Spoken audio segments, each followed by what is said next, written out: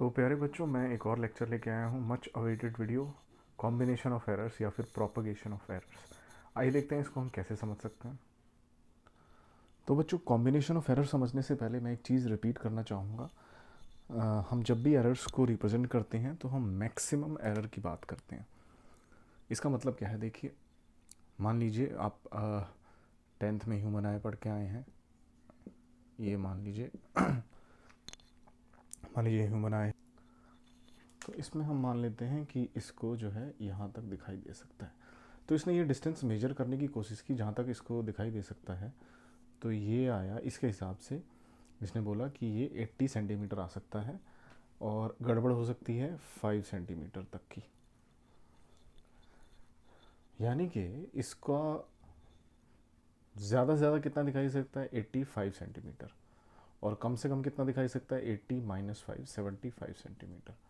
यानी इसका जो विजन है that is lying between 75 centimetre, यानी यहाँ कहीं से लेके 85 सेंटीमीटर तक। तो इसके बीच की वैल्यूज़ भी इसमें कवर्ड हो गई। तो उसको 76 सेंटीमीटर भी दिख सकता है, 77 भी, ऐसे करके 84 तक। और ये मेन वैल्यूज़ तो हमने दिखाई दी हैं, लीस्ट पॉसिबल, मोस्ट पॉसिबल।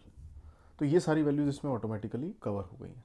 तो हम जब भी किसी मेजरमेंट में बच्चों एरर दिखाते हैं तो हम उसमें प्लस माइनस के साइन के बाद ये जो वैल्यू लिखते हैं, इससे हमारा यही मतलब कन्वे होता है कि बेस्ट पॉसिबल फिगर क्या आएगा, 80 plus this and 80 minus this, least possible figure क्या आएगा। तो इसी लॉजिक को ध्यान में रखते हुए आपने कॉम्बिनेशन ऑफ एरर्स को पढ़ना है। आइए देखते हैं सबसे पहला केस, एडिशन और सब्ट्रैक्शन ऑफ टू क्वांटिटीज़। बच्चों, इसका क्या मतलब है, आपने दो क्वांटिटीज़ ली और दोनों के अंदर अपने इंडिविजुअल एरर्स थे। तो जब आप उनको ऐड करेंगे तो एरर को कैसे हम डील करेंगे, ये हम इस टॉपिक में समझने वाले हैं। तो फॉर एग्जांपल, आपने एक मेजरमेंट ली ए और आपने उसकी मेजर्ड वैल्यू लिखी है a plus minus, possible error आ गया, प्लस माइनस डेल्टा ए। इसी तरीके से आपने दूसरी क्वांटिटी ली, मान लीजिए बी, और उसमें मेजर्ड वैल्यू या ट्रू वैल्यू आई b plus minus absolute error आ गया उसमें डेल्टा बी। अब आपको एक तीसरी क्वांटिटी निकालनी है बच्चों, जो इन दोनों का सम है, यानी कि z। z किसका सम है बच्चों, a और b का। अब देखिए, अगर आपको एरर की नॉलेज ना होती तो आप सीधा लिख देते z is equal to a plus b. A और बी का डायरेक्ट एडिशन हो जाता है यहाँ पे। अगर ये 10 है, ये 10 है, तो ये टोटल 20 आ जाता। लेकिन जब एरर आ गए हैं तो एरर के साथ डील करें एडिशन के केस में कैसे, देखते हैं। मैं क्या करता हूँ बच्चों, मैं z को फाइनली रिप्रेजेंट कैसे करने वाला हूँ, z प्लस माइनस उसके अंदर जो एब्सोल्यूट एरर आया होगा, जो मुझे नहीं पता, ये मेरा फाइनल आंसर होने वाला है, जिसमें z की वैल्यू a प्लस बी पक्का है, ये मुझे नहीं पता है। तो मैं क्या करता हूँ, मुझे एक बात तो पक्का पता है कि z अगर a प्लस बी है, तो मैं अगर इसको पूरी की पूरी टर्म्स को लिख दूँ तो ये हो गया a plus minus delta a plus b plus minus delta b। तो मैं विदाउट एरर्स लिख रहा हूँ तो ऐसे लिखा जाएगा z is equal to a plus B. With errors लिख रहा हूँ तो ये मेरी true value with some error, तो मैं इनके भी साथ में एरर लिख देता हूँ। अब देखिए, इसको हम कैसे सिंप्लीफाई कर सकते हैं बच्चों। ये अलग अलग अगर लिख लिया जाए, a plus B plus minus delta A plus minus delta B, तो मैंने ये प्लस माइनस वाले एक साथ लिख लिए, थोड़ा सुंदर लग रहा है दिखने में, z plus minus delta z। अब देखिए यहाँ से क्या बेनिफिट हो गया, ये जो पूरी क्वांटिटी है ये तो z थी, तो इसको हम लिख सकते हैं ऐसे, और यहाँ से प्लस माइनस मैंने कॉमन ले लिया, delta a plus delta b। तो बच्चों अब देखिए z कैंसिल आउट हो जाएगा, तो डेल्टा z मेरा क्या आ गया, delta a plus delta b। तो इसका मतलब क्या है, एब्सोल्यूट एरर इन z क्या आएगा, इंडिविजुअल एब्सोल्यूट एरर्स को ऐड कर दीजिए। आइए चलते हैं नेक्स्ट अब सब्ट्रैक्शन की तरफ। तो बच्चों देखो, सेम सेटअप है, मैंने z में अब a माइनस भी लिख दिया, तो z का फाइनल आंसर क्या होगा, z प्लस माइनस उसका एब्सोल्यूट एरर इज इक्वल, इनको भी मैं अब लिख देता हूँ एब्सोल्यूट एरर के साथ, minus b plus minus delta b। फिर से वही टेक्निक, ये मैंने एक साथ रख लिए। अब देखिए बच्चों क्या होगा, ये जो प्लस माइनस डेल्टा ए है ये तो एज इट इज़ बना रहेगा। यहाँ पर एक माइनस साइन है, वो माइनस साइन जब इससे मल्टीप्लाई हो जाएगा तो ये माइनस बन जाएगा, और वो माइनस जब इससे मल्टीप्लाई होगा तो प्लस बन जाएगा। तो ये पलट गया डेल्टा बी। लेकिन इससे कोई खास फ़र्क नहीं है, डरना नहीं है, अभी देखते हैं कैसे करेंगे। ये समझ आया बच्चों? देखो माइनस इंटू माइनस क्या होता था प्लस, माइनस इंटू प्लस क्या होता था माइनस। वही लॉजिक यहाँ पे फॉलो किया है। ओके देखिए अब इसमें हम क्या करेंगे, ए माइनस बी बच्चों देखो एज इट इज़ जेड है, तो ये हमारा कैंसिल आउट होने के चांसेस हैं। Z plus minus delta Z is equal to Z plus minus delta A minus plus delta. मैंने कोई घपला नहीं किया, बिल्कुल सिंपल है। अब देखिए ये कैंसिल आउट हो जाएगा, तो z के अंदर absolute error plus minus is equal to plus minus delta A minus plus delta B. अब देखिए मुझे क्या करना है बच्चों, आप कहेंगे सर यहाँ अब हमें समझ नहीं आने वाला क्योंकि साइन कुछ टेढ़े मेढ़े हो गए हैं। पिछले केस में तो बिल्कुल सिंपल था, प्लस माइनस आपने कॉमन ले लिया था, उधर से कैंसिल आउट हो गया था, तो डेल्टा z जो है delta A plus delta B ही बचा था बस। यहाँ पर भी बच्चों वही बच रहा है। देखो कैसे, मैंने आपको बताया था हम मैक्सिमम और मिनिमम वैल्यूज़ लेते हैं एरर्स की, रेंज दिखाने के लिए, छोटे से लेके बड़े वैल्यू तक। जैसे आपने नाइन्थ के अंदर ये वेव पढ़ी थी ना, तो ये हमारा मैक्सिमम डिस्प्लेसमेंट होता था ऑन दी पॉजिटिव साइड, ये मिनिमम डिस्प्लेसमेंट होता था ऑन दी नेगेटिव साइड। तो हैं तो दोनों मैक्सिमम वैल्यूज़ ही, एक नीचे की तरफ है एक ऊपर की तरफ है। तो हम क्या करते हैं, लोएस्ट और हाईएस्ट पॉसिबल वैल्यूज़ निकाल लेते हैं एरर्स में। अब देखिए क्या होगा यहाँ पे, अब इसमें जो लोएस्ट वैल्यू आएगी वो क्या आएगी बच्चों, minus of delta A minus of delta B. और बच्चों हाईएस्ट वैल्यू क्या आएगी, हमें तो कॉम्बिनेशन लेने हैं, delta A plus delta B. इसके अलावा भी आएंगे कि ये प्लस का, ये माइनस का, ये माइनस का और ये प्लस का।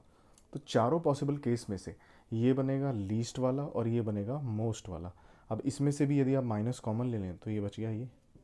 तो अल्टीमेटली आपने क्या करना है, एक बार ये माइनस की वैल्यू लोएस्ट वैल्यू दिखाएगी और ये वाली प्लस की वैल्यू आपकी मोस्ट या हाईएस्ट वैल्यू दिखाएगी। तो हमारा अगेन सिंप्लीफाई होकर वही सॉल्यूशन बच गया कि डेल्टा जेड बच्चों कितना आ गया, ultimately delta A plus delta B. और जब आप क्वेश्चन में लिखेंगे तो आप इसके साथ में प्लस माइनस लगा देंगे, it will automatically convey the lowest value and the highest value. अब चलते हैं बच्चों third case which is multiplication.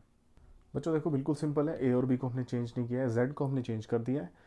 सबसे पहले केस में था ए प्लस बी, फिर ए माइनस बी, अब थर्ड केस में आ गया है ए इंटू बी। अब देखिए हम क्या करेंगे, जेड का final answer z plus minus delta z, तो इनका भी हमें एरर के साथ लिखना पड़ेगा, a plus minus delta A into b plus minus delta B. अब मैं क्या करता हूँ, इसको अंदर मल्टीप्लाई कर देते हैं एक्सपैंड करके, तो ए इंटू बी आ जाएगी पहली टर्म, फिर ए को इससे करेंगे तो यहाँ पे हमारा एक प्लस माइनस का साइन आ जाएगा, ए डेल्टा बी, फिर इसको इससे करेंगे प्लस माइनस डेल्टा ए बी। अब देखिए बच्चों यहाँ पे क्या दिक्कत है, आप लोग घबरा सकते हो कि सर ये भी प्लस माइनस ये भी प्लस माइनस, देखो दोनों सेम साइन है, तो यहाँ पे क्या आ जाएगा प्लस माइनस डेल्टा ए इंटू डेल्टा बी। अब देखिए हम इसको आगे कैसे ले जा रहे हैं। अब देखिए बच्चों क्या करेंगे, नेक्स्ट स्टेप बड़ा ही इंटरेस्टिंग है। मैं क्या करने वाला हूँ देखो ध्यान से, अब मैं यहाँ लेफ्ट वाली साइड से z कॉमन ले लेता हूँ, तो क्या बचेगा 1 plus minus delta z by z। कई बच्चों को इसमें बड़ी दिक्कत आती है कि उनको ये जादू सा लगता है, बिल्कुल सिंपल है, बहुत जूनियर क्लास में आपने पढ़ा है। देखो ये वापस अंदर जाएगा तो फिर से वही वाली स्टेटमेंट आ जाएगी, और यहाँ से मैं क्या करता हूँ, यहाँ से ए बी कॉमन ले लेता हूँ, तो यहाँ 1 रह जाएगा प्लस माइनस इधर ए बी से डिवाइड हो जाएगा, तो क्या बचेगा delta B by B plus minus ये क्या बचेगा delta A by A plus minus delta A into delta B by A into B. अब देखो मैं ए बी अगर मैं अंदर मल्टीप्लाई करूँ तो फिर से वही वाली स्टेटमेंट आ जानी चाहिए, बिल्कुल आ जाएगी। ओके तो देखिए अब क्या कर सकते हैं, आपको अंदाज़ा लग गया होगा z जो है वो ए बी है और ये भी ए बी है, तो ये और वो कैंसिल आउट हो जाएंगे, तो बच्चों क्या बचेगा 1 plus minus delta z by Z is equal to 1 plus minus delta B by B plus minus delta A by A plus minus delta A delta B by A B. अब देखिए बच्चों यहाँ पे हम एक अजम्पशन एक धांधली करेंगे, एक गड़बड़ करेंगे। क्या गड़बड़ करेंगे देखिए, ये जो नंबर है इसको थोड़ा साफ लिख देता हूँ, delta A delta B upon A B, ये बहुत ही छोटा नंबर होने वाला है बच्चों। देखो डेल्टा ए अपने आप में ही बड़ा कम होगा, मान लीजिए ये वैल्यू 100 है, ये होगी 0.1 या 1, ये 1000 है, ये होगी शायद 10। तो ये अपने आप में ही बड़े छोटे नंबर्स होते हैं, एरर्स बहुत ज़्यादा कम आते हैं। तो जब आप उन दोनों नंबर्स का मल्टीप्लिकेशन करोगे तो और छोटी वैल्यू आ जाएगी बच्चों। देखो 0.1 इंटू 0.01, 0.0001, है ना, ऐसा कुछ आ जाएगा, गड़बड़ किया गया, ठीक है।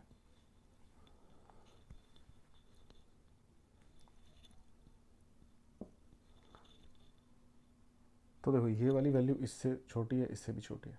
तो जब आप दो 1 से लेस नंबर्स को, 0 से 1 के बीच में अगर कोई नंबर आता है उनको मल्टीप्लाई करते हो तो और छोटा नंबर आ जाता है। तो एरर्स के साथ भी ऐसा ही होता है। ऊपर से आपने नीचे से ए बी से डिवाइड कर दिया, विच आर ह्यूज नंबर्स, ये देखो ये बड़े ह्यूज नंबर है इसके कंपैरिजन में। तो ये वाली जो टर्म है this is ignorable, this is almost equal to zero, या यूँ कहें ये हमारे फाइनल सोल्यूशन में कोई फ़र्क नहीं डालने वाली। ठीक है बच्चों, ये हट गया और ये 1 यहाँ से कैंसिल आउट हो जाएगा। तो फाइनली बच्चों हमारे आंसर में क्या बचेगा, या हमने जो फॉर्मूला निकाला है, delta Z by Z is equal to delta A by A plus delta B by B. यहाँ से प्लस माइनस मैंने कॉमन ले लिया, या यूँ कहें कि बेस्ट रिजल्ट दिखाना है हमें तो फाइनल आंसर में इसके साथ हम प्लस माइनस लिख देंगे। So this is an approximate result. तो इसका मतलब क्या है, रिलेटिव एरर इन जेड किसके बराबर है, relative error in A plus relative error in B, बाहर रहेगा प्लस माइनस का साइन फाइनल आंसर में। तो जब भी आपका मल्टीप्लिकेशन का केस होगा बच्चों, तो आपने एरर्स को डायरेक्टली ऐड नहीं करना, आपने रिलेटिव एरर्स को ऐड करना है। तो कैसे करेंगे, z में रिलेटिव एरर कितना आएगा, देखिए बच्चों z किससे मिलकर बना है, a और b से, तो उनके भी रिलेटिव एरर्स ऐड करके ऐसे लिख दीजिए। So errors are always additive in nature, लेकिन ऐड होने का तरीका स्टाइल अलग अलग हो सकता है, बट ऐड हमेशा होते ही रहेंगे। अब आ जाते हैं बच्चों अगले केस पे, विच इज़ डिवीजन।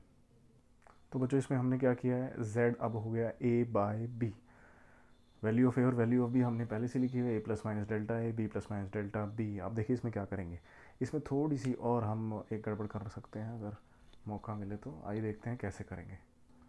तो बच्चों सबसे पहले तो लिख लेते हैं हमारा z किससे मिलके बना होता है, z plus minus delta z, ये ट्रू वैल्यू आ गई और ये इसका एरर आ गया, या फिर ये मेजर्ड वैल्यू है और ये इसका एब्सोल्यूट एरर है। देखिए ए की जगह हम लिख देंगे, बिल्कुल सीधी सपाट बात है, b plus minus delta B.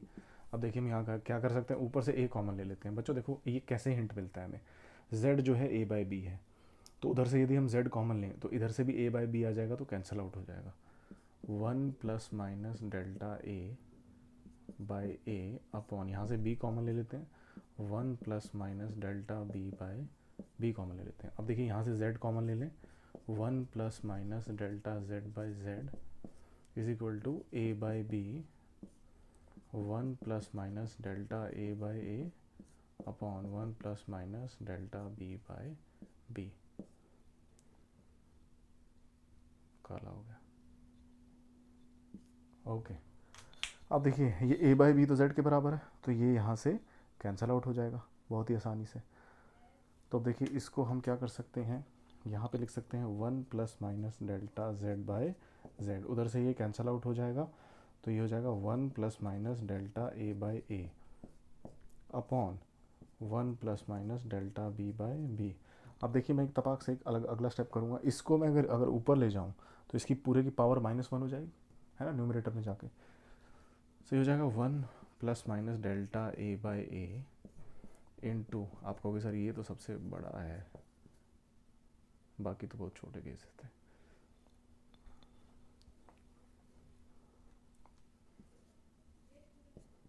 है ना, अब ये हो जाएगा -1, ये पूरी की पूरी कंटेंट जो है ये ऊपर चला गया, है ना। न्यूमरेटर में किसी को भी ले जाओगे तो ऑब्वियसली उसकी पावर -1 हो जाएगी। अब देखिए अब हम यहाँ पर एक सिंपल सी थ्योरम लगाएंगे। क्या थ्योरम है बच्चों, देखना, ये जो थ्योरम है ये आप मैथ्स में पढ़ेंगे, बाइनोमियल थ्योरम भी इसको कहा जाता है। तो बच्चों देखो आपने a प्लस बी का होल स्क्वायर तो पढ़ा ही होगा, क्यूब भी पढ़ा है, a square plus b square plus 2 भी ऐसे। लेकिन अगर इसकी हायर पावर्स आ जाए, 4 आ जाए, 5 आ जाए, 6 आ जाए, तो फिर कैसे करोगे। यहाँ पर हमारे पास एक बाइनोमियल थ्योरम का कॉन्सेप्ट आता है, ये हमें क्या सिखाता है, अगर इसको आप इस तरीके से इस फॉर्म में लिख लें 1 प्लस एक्स की पावर समथिंग, तो ये हो जाता है 1 प्लस एन एक्स प्लस और हायर पावर्स आ जाती हैं, तो वो यहाँ पर इग्नोरेबल हो सकती हैं, और ये कब एप्लीकेबल होता है, when x is very very less than 1। किसकी बात मैं कर रहा हूँ, 1 प्लस एक्स की पावर n जो है लगभग 1 प्लस एन एक्स के बराबर है। बाकी पावर्स को हम इग्नोर कर सकते हैं कब, when x is less than 1। तो अब देखिए ये जो चीज़ है हमारी, ये मैं इसको यहाँ लगाने वाला हूँ। 1 प्लस ये जो है x, ये बड़ा ही छोटा होने वाला है। तो इसका मतलब क्या है, ये जो चीज़ है इसमें मैं ये वाला कॉन्सेप्ट लगा सकता हूँ, यानी कि 1 प्लस एक्स की पावर n कैसे सॉल्व होगा, पावर आगे आ जाएगी x के साथ, बस बाकी चीज़ें आप इग्नोर कर सकते हैं, वो बहुत ही छोटी आएंगी, इसलिए हम उनको इग्नोर कर देंगे। तो अब देखिए मैं इसमें ये लगा देता हूँ, क्या -1 अंदर आ जाएगा। तो -1 इसके साथ मल्टीप्लाई होगा तो ये प्लस बन जाएगा माइनस, और इसके साथ जब मल्टीप्लाई होगा तो ये बन जाएगा प्लस। आइए देखते हैं कैसे करेंगे इसको, मैं रब कर देता हूँ तीर वापस। अब देखिए कैसे करेंगे, वह पहले लेफ्ट साइड लिख देते हैं, ये थोड़ी आसान है ना। Okay now 1 plus minus delta A by A into power अंदर आ जाएगी 1 माइनस और प्लस, है ना, डेल्टा बी बाई बी। क्या लगाया बच्चों, 1 प्लस एक्स की पावर n हो गया 1 प्लस एन के बराबर एन एक्स के बराबर अप्रॉक्सीमेटली। अब क्या करेंगे, देखिए अब हम बहुत ही सिंपल a प्लस बी और a प्लस सी, जो सिंपल एक अलजेब्रा वाला मैथमेटिकेशन होता है। देखिए क्या होगा, 1 इंटू 1 1 हो गया। फिर ये देखिए जब ये दोनों मल्टीप्लाई होंगे तो क्या खेल होगा, देखो ये हो जाएगा plus minus delta A by A into किससे मल्टीप्लाई करेगा, minus plus delta B by B. ठीक है ना बच्चों, ये देखो आप इसको अलग से भी लिख सकते हो ऐसे कि ये प्लस और वो माइनस मिलके माइनस हो जाएगा, और ये माइनस और वो प्लस मिलके माइनस हो जाएगा। तो वैसे भी लिख सकते हो, कोई दिक्कत नहीं है। ये ऐसा करते हैं, मैं इसको डायरेक्टली वैसे ही लिख देता हूँ, आपको थोड़ा गड़बड़ ना लग जाए। ओके देखिए पहले 1 को इन दोनों से मल्टीप्लाई करेंगे, फिर डेल्टा ए को इन दोनों से मल्टीप्लाई, यही सबसे आसान तरीका है। ये कैसे हुआ, 1 को इससे किया तो 1 माइनस प्लस फिर डेल्टा बी बाई बी। ठीक है बच्चों, अब आ जाता है ये वाला plus minus delta A by a, और जब ये उधर जाएगा देखो फिर क्या बनेगा, प्लस और ये माइनस मिलके हो गया माइनस, और ये माइनस वो भी फिर से माइनस हो गया। तो delta A by A into delta B by B. अब देखिए फिर से आप मेरा इशारा समझ ही गए होंगे, ये पूरी चीज़ इग्नोरेबल है क्योंकि डेल्टा ए और डेल्टा बी अपने आप में बहुत छोटे हैं, उनका मल्टीप्लिकेशन और छोटा, फिर इसको ए बाई बी से डिवाइड कर देंगे तो और छोटा।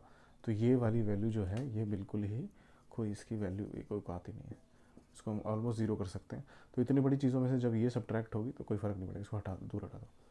तो क्या बच गया, अब बच्चों फिर से हम उसी फॉर्मूले पे आ गए, 1 से 1 कैंसिल आउट हो जाएगा। तो डेल्टा जेड बाई जेड के maximum combination delta A by A plus delta B by B, बच्चों ये चला गया ना, तो ये वही चीज़ बच गई, है ना। हमें तो लीस्ट लेना होता है और मोस्ट लेना होता है, तो सारे कॉम्बिनेशन लगा के देख लो, ये वाला हमारा final answer delta Z by Z is equal to delta A by A plus delta B by B, यानी डिवीजन में भी वही फॉर्मूला आ गया जो मल्टीप्लिकेशन में आ गया था। आइए बच्चों चलते हैं अब लास्ट केस की तरफ, विच इज़ एक्सपोनेंशियल वाला केस। बच्चों देखिए हम क्या मान के चल रहे हैं, हम एक ही चीज़ एक ही नंबर से सॉल्व करते हैं, मल्टीपल से भी हो सकता है, ये सबसे आसान है। तो z जो है वो क्या है, किसी की पावर है, a की पावर समथिंग, a की पावर 1000, a की पावर 5, a की पावर 10। तो फाइनल आंसर z में क्या आएगा बच्चों, देखो a अभी भी वही है, a तो यही है, a की जो वैल्यू है measured value that is a plus minus delta है। तो देखो इसकी जगह हम लिख सकते हैं a plus minus delta a की होल पावर n। अब आप समझ गए होंगे, मैं फिर से वही लाने वाला हूँ। तो मैं देखिए यहाँ पे क्या करूँगा, यहाँ पे मैं अंदर a कॉमन ले लेता हूँ, तो ये हो गया a 1 plus minus delta A by a, और इस पूरे चक्कर जो है इसकी पावर n है। अब देखिए इसको मैं लिख सकता हूँ z plus minus delta z, और ये जो है ये a के ऊपर ये पावर लग जाएगी, और वहाँ पे 1 प्लस डेल्टा a के ऊपर ये पावर लग जाएगी, कोई दिक्कत ही नहीं है।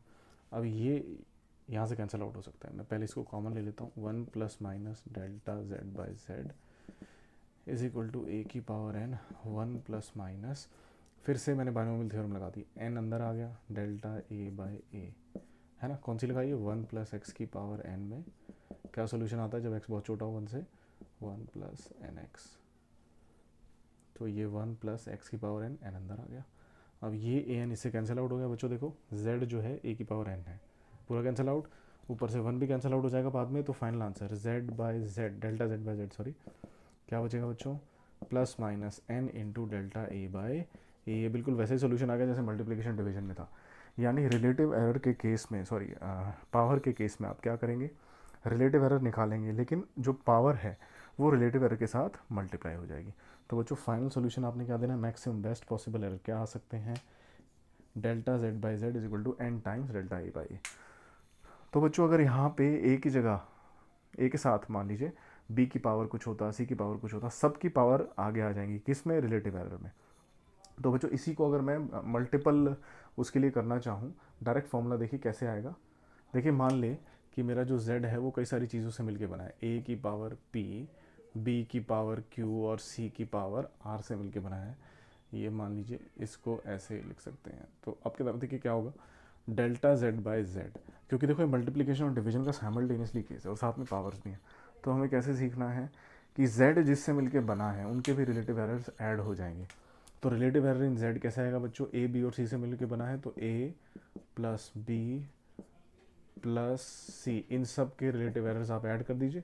लेकिन क्योंकि पावर भी आ गई है तो पावर आगे आ जाएंगी, p into Q into R. कुछ नहीं करना आपको, जो भी यहाँ पर पावर्स हैं वो आगे ले आनी है।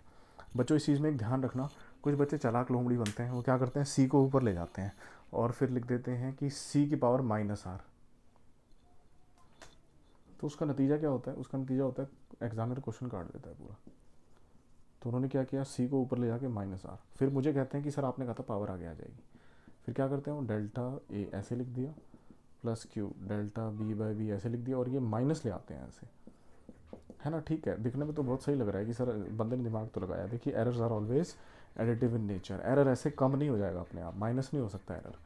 तीन चीज़ों में अपने आप में एरर है तो उसकी फाइनल वाली चीज़ में तो और ज़्यादा एरर आएगा। So errors are always additive in nature, आप ऐसे पावर को ऊपर नहीं ले जाएंगे। तो ये हमारा फॉर्मूला है अगर आपको इस तरीके से पावर वाला केस आता है। तो बच्चों पावर आगे आ जाएगी, बाकी रिलेटिव एरर्स ऐड करने तो आप जानते ही हैं मल्टीप्लिकेशन और डिवीजन के केस में। हो सो हमारे सारे केसेस यहाँ पर कवर हो जाते हैं। और इसकी भी अगर आपने डेरिवेशन करनी है तो आप खुद ट्राई कर सकते हैं, कोई दिक्कत नहीं है। फाइनल फॉर्मूला यही रहेगा। तो हमने इसमें सीखा है इस लेक्चर में चार चीज़ें, एक एडिशन, एक सब्ट्रैक्शन, एक डिवीजन और मल्टीप्लिकेशन, और ये उसी का एक्सटेंशन है जिसमें पावर्स आगे आ जाती हैं। तो बच्चों इसके ऊपर जितने न्यूमेरिकल ट्राई कर सकते हैं कर लीजिए, पहले बेसिक न्यूमेरिकल करिए, फिर थोड़ा हम हायर लेवल की तरफ जाएंगे। चलिए आज के लिए इतना ही, बाय बाय, टेक केयर।